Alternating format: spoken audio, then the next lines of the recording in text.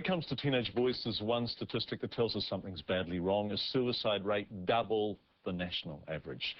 Indeed, young men are overrepresented in many bad indicators, so we went looking for solutions, and we found one in the form of an education consultant who believes part of the problem is what he calls society's boy code.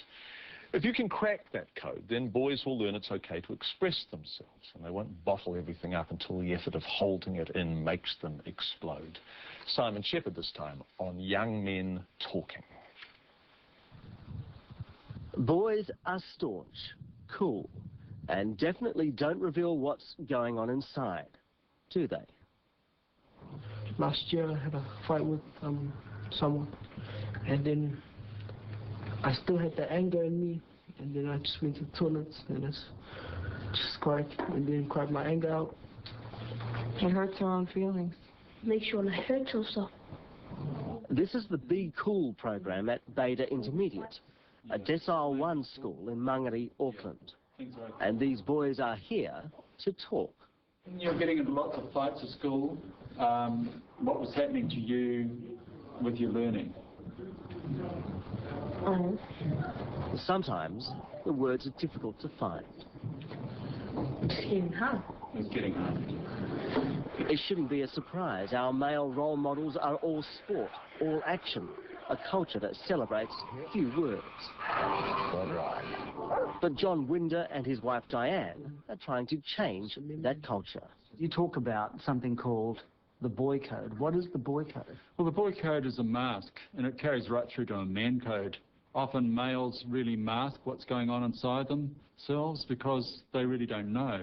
And this is because males tend not to let out their emotions, tend to push them down, and most of us go through our own grief and pain, and so we learn how to mask it over and code it in such a way we look like we're just fine, but there's another story inside.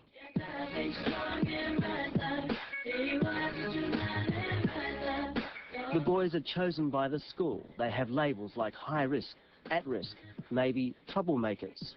John Winder calls them high level, boys with lots of energy that need direction, like 11-year-old Dean. I thought, what is this for? I think it might be something bad. But when I came here, it was nothing bad. It was just to help me learn.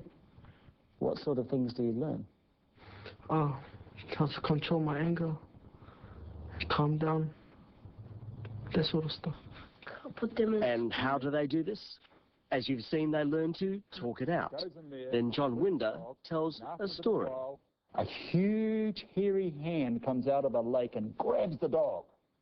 The hunter turns around and says, which the boys then interpret through drawing. Some boys are shut down, they're very quiet, very retiring. Some boys the opposite. Generally it's one extreme or the other. And so I help them find the middle way, the path in between, where they're more balanced, they're more grounded, they're more self-aware, self-assured, more able to use their energy in a constructive way. Coming in with me? John finishes the session by getting the boys to drum along with him.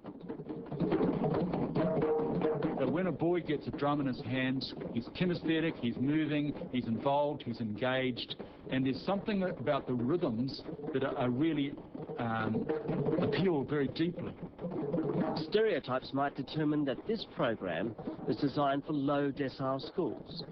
But John Winder says, wealthy or not, boys are boys. Like these ones at Ponsonby Intermediate, a much wealthier Decile 9 school.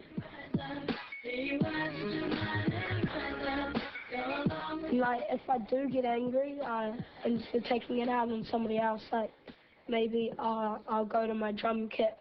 Like, they too talk about anger and fights and how they feel about their dads and mums. They're always there for you, and they make you feel happy when you're sad, and you can talk to them.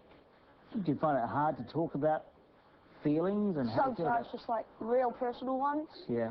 But not ones that are like just happening often quite a lot.